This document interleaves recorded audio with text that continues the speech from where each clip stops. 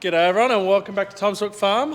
First job off the rank today is to go down and move Henry's ute to where he's spraying, and also need to take some chemical to him. So we're going to take Bill, and Bill looks a bit different, doesn't it?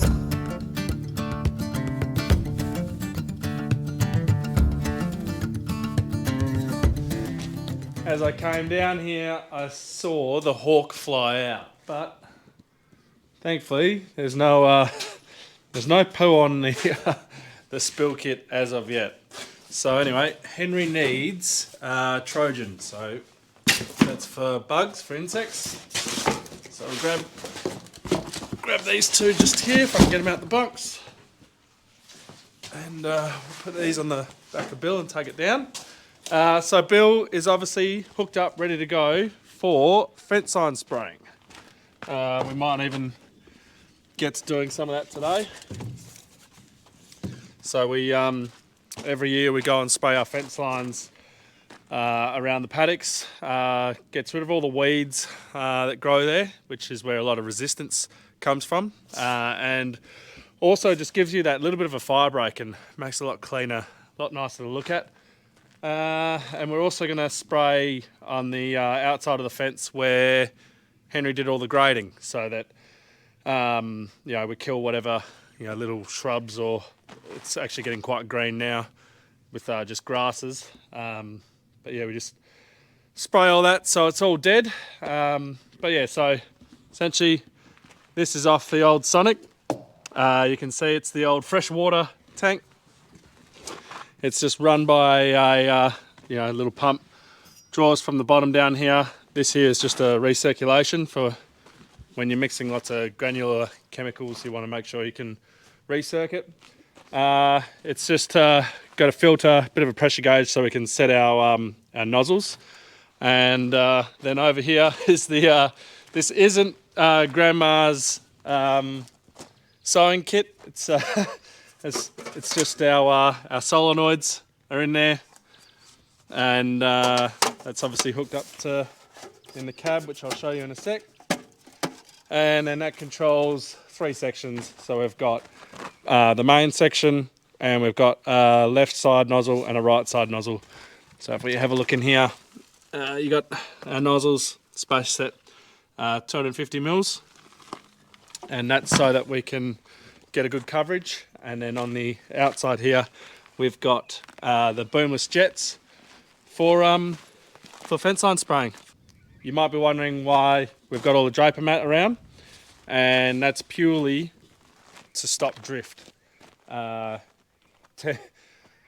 When you go fence line spraying, it's you guys have seen how windy it's been the last couple of weeks, and typically when we go fence line spraying, it's also that windy.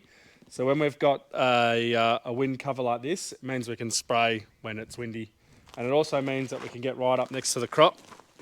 We just don't turn the obviously this fence line jet on here, and that means we can just drive along the crop edge, and we can get a kill of the weeds right up to the edge, which is handy. So I'll jump in the driver's side door and I'll show you how we control it. It's just all plugged in to the, it's a bit dusty, but we plug that into the cigarette lighter, and then I'll give that a bit of a clean. We used to have 4 nozzles, but I've reduced it now to just, oh look at that, I need to fix it. We've reduced it to 3, so it's just left, boom, right, and then we've got a master on off, so that we can just leave our sections on and then just turn the master on and off. So we better get moving and head down to Henry so that we can get him this chemical. Okay, so we've got Henry's ute up to the brew up pad now, and I'll just drop the Trojan off for him, and then he will be all right for the rest of the day.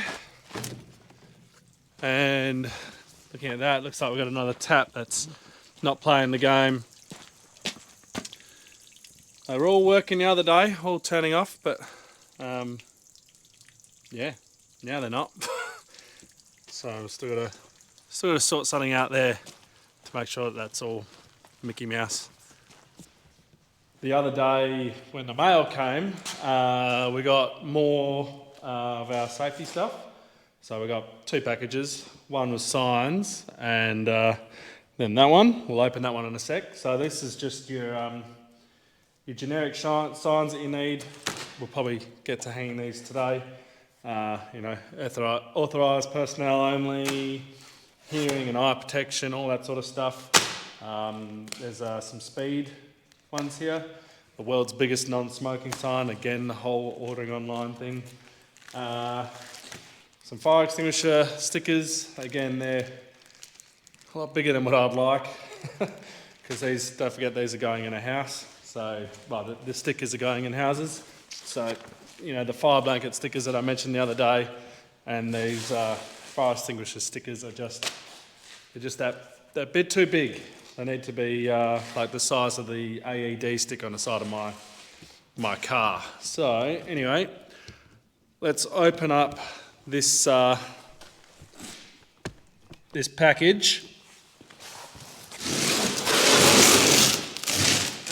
So this is again, this is something for Henry for the boom spray for safety.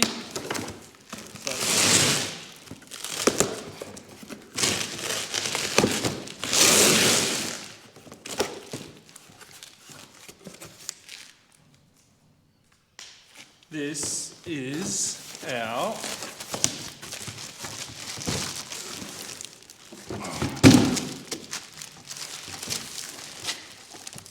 eye bath station, eye wash, whatever you want to call them. And there should be a mount in here somewhere. Yep, so this will go onto the Shepherd. So for that way it's with Henry all the time when spraying. More important to have it on the Shepherd than to have it just located here at the sheds.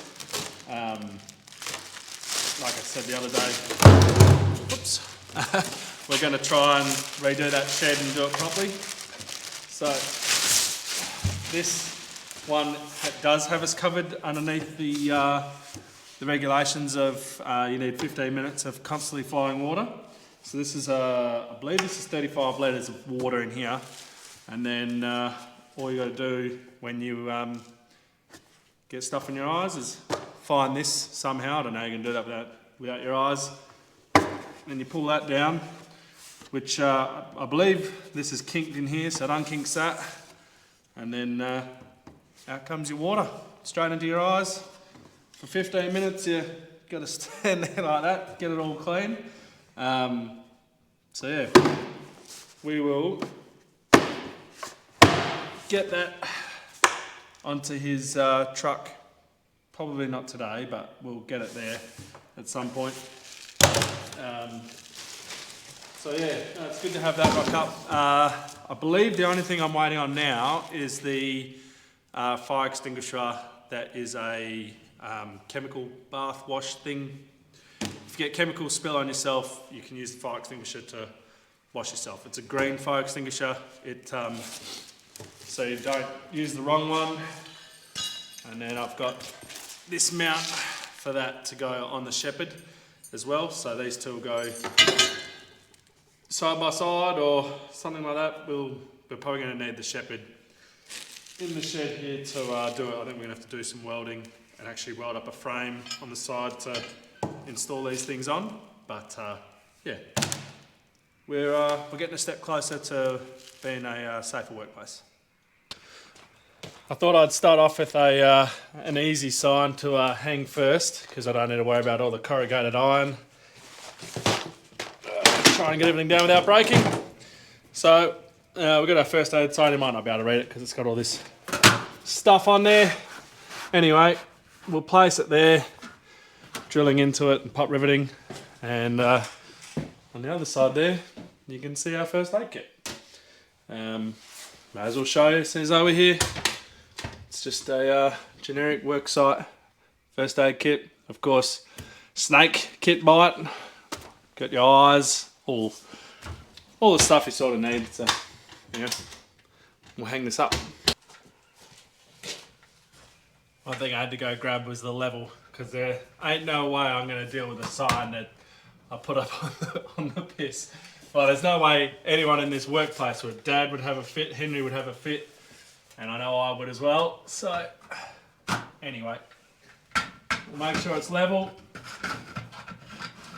get to drilling, and then we'll be sweet.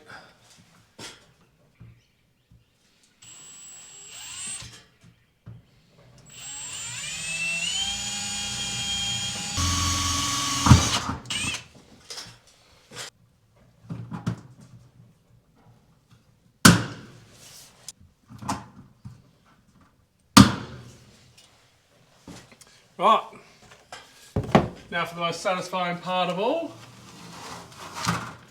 There we go. I don't think we need to worry about doing the bottom. It's not like it's going anywhere. Right, on to get some more. The next one is a bit more complicated to put up, and I'll show you in just a sec, but this is what I'm putting up. Authorised personnel only, foot protection, hearing and eye protection. And then first aid is obviously pointing the way that first aid kit is. And then, like I said, the world's damn biggest, this is a smoke-free workplace. It's all my fault. I mean, I should have checked, but when I was checking, it was all, I thought I was all getting signs this size, but anyway, I will sort it out. So, my issue with, because this goes on the outside of the shed, is you can see the corrugated iron doesn't line up with our holes. So I'm either going to have to just do a small tack on one corrugated up piece of iron and then a long tack to get through on the ridge, or I will have to make up a bracket that these all sit on and then put the bracket up onto there. So that's what I'm about to figure out. Completed. I still got to take all the protective wrapping off, but I just left it all on because I didn't want to, in case I didn't like how it came out and I wanted to shift it. But anyway, it's all up. It's all square, all flush. So I'll take all this protective wrapping off. I'm going to have a bit of fun going around where the text went in, but all I ended up doing was doing short tack on the high ridge, and then I did a longer tack on the the dip. Looks all right. It's all it needs to be. There's signs now, so authorised personnel only in there. No smoking. Make sure you got your shoes, your hearing, and your eyes. And if you hurt yourself, first aid kit's that way.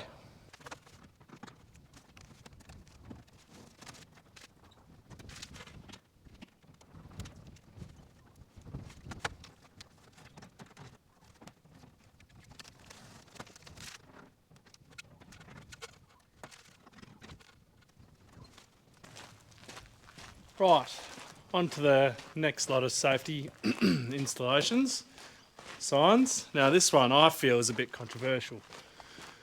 Let me know what you guys think about it, but this one is confined spaces. So obviously silos are a confined space. Getting into a tank or anything that you've got to get into is a confined space. Now, we've got to have those stickers up, and if you can read it, it says danger, confined space, entry by permit only. Now, that doesn't mean that you need to get a permit from the shire in town saying, hey, I want to enter my silo, clean it out. Can I have a permit, please? It's like the manager writes the permit, so essentially I'm writing a permit for myself to hop in here. But you need to have proper, correct training to do so. So the farmer then needs to go and go to training at his own cost or her own cost to be able to enter these silos or confined spaces legally. And then obviously when you do the training, you know that you need to have a spotter whenever you enter, so you need to have at least 2 people when you're cleaning out. You need to have 2 people. One person needs to be out here with all the equipment ready to go, get you out. Things like that. It's turning farming into a lot more of a headache than what it should be. I get why you've got to have them, but yeah, it's a pain in the bum. Anyway, I'm gonna chuck these up so that we've got them up there. They're just gonna go there. I've got one for each silo. So yeah, I'll stick one on each silo. All right, I stuffed up. It's a bit windy and the sticker went everywhere as I was trying to apply it. Then I lost my patience and just threw the damn thing on there. So this one is not very good. I've got 5 more silos to get this correct. So let's see how we go. They're done. I'm not going to show you them. No, they're on there. They're not the best, but they're on there. So anyway, I will get on to the next job. Next one I'm doing is our master point sign, and also on that same sign on the other side is the speed limit as you come into the shed. So I've got my trusty RHS here, which is going to be our post. But the issue I've got is, I'll take my gloves off and I'll show you. So the issue I've got is the master point sign, which is this one just here, is only got bolt holes on the side. I mean, that's fine, I could just drill on the insides, but there's no structure to it. So if I put that on here, it's just gonna, especially in the winds, you know, not only is it gonna be a racket for us when we're working in here, but it's gonna weaken the sign, and no doubt the sign will break. So I don't have any flat bar or anything that I could just go across the top and the bottom, but I do have some 5mm thick steel. Overkill, I know, but that's all I've got that I can do a nice cut out just there like that, and cut that out. I got my bolt holes. I can weld that onto the pole, and I know that that'll be good for life. So I'm gonna outline this, cut it out, give it a nice grind, make sure it's got no sharp edges, and then weld it to that, bolt it. Well, actually I'll go and dig the hole, chuck it in first, then I'll bolt these signs on. I've got the sign all ready to go. So that's just a nice bit of flat steel that's on there. So I'll just, now I've got to reline that up. But just about to do my holes for the sign to be secured to it, and then I'll give it a quick lick of paint because it's you know, steel, and just want to give it a bit of protection. I'll also, while I'm here, before we do that, get the holes ready for the speed sign as well. So we'll chuck that on the other side. Then I'll go out, dig a hole, chuck her in and secure it, and then we can yeah, chuck those signs on.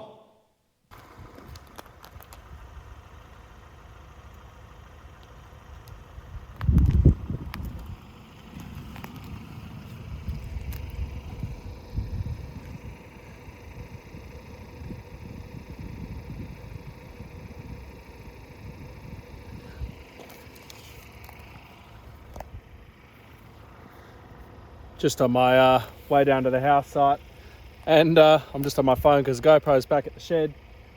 We've got a little echidna who crossed the road. So for anyone who wants to know what an echidna looks like, there you go.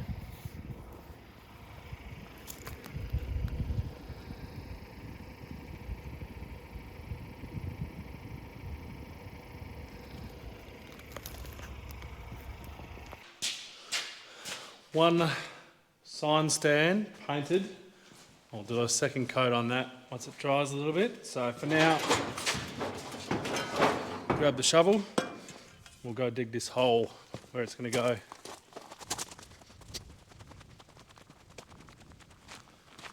Okay, so here is where we used to have a big strainer post in the ground, so it should be fairly easy for me to dig up. Basically the sign's going to be pointing that way so that when people drive into the shed, which is obviously just there, they see that the speed limit is reduced to 10 k's, and then this will also be our muster point. It's far away enough from everything that it's in a safe location, and we can muster here.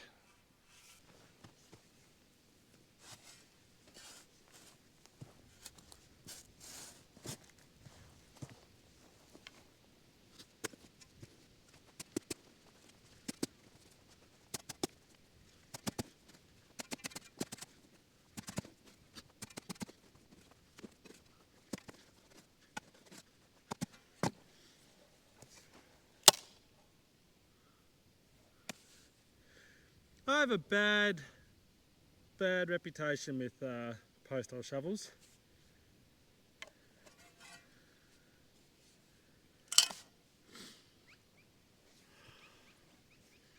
I broke one at harvest too, and when the header was bogged, and I was trying to help dig the mud out, and then did that. Oh well. I guess that'll do. It's a fairly sizable hole that will, should be plenty for supporting the sign. While I wait for the second coat to dry on the signpost, I've got this other speed sign which goes at the front of the driveway, so we'll go down and put that. There's wood strainer post down there, so I'm just going to straighten that. Now I do have another sign that's meant to accompany it. Now this is the farm safety sign, so you can see there, but it's a bit small compared to that. I've been ordering too big and now I've got too small, but the issue with this one was it was meant to be metal, and I'm not sure if you can see that, but it's like that cardboard core flute, I think is what they call it, so this is no good. So anyway, we'll go down and put this one up. Then by then, our post should be dry and we can whack that one in the ground and get those signs up. Pretty straightforward. We've got the sign, the post here. Just going to whack that in just like that. And then when I get the other sign, it'll either go below it, or we've got another post over there. We'll put it over there so that they're both up.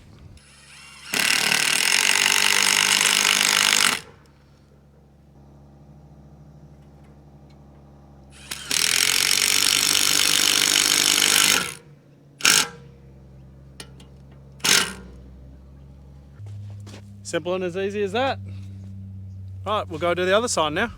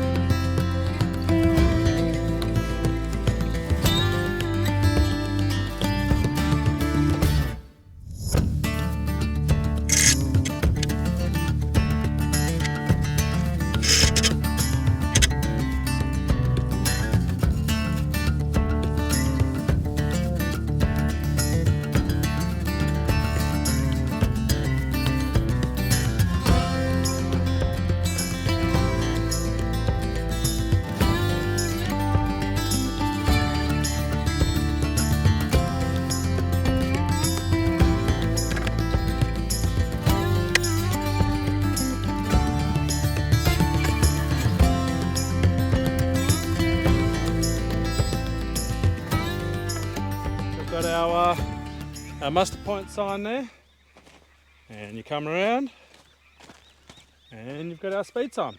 So it's obviously just whacked into the ground. It does have a bit of movement to it, so we'll see what happens. Should be fine. If not, I can quite literally just dig the hole again and just chuck a bit of concrete in there if I need.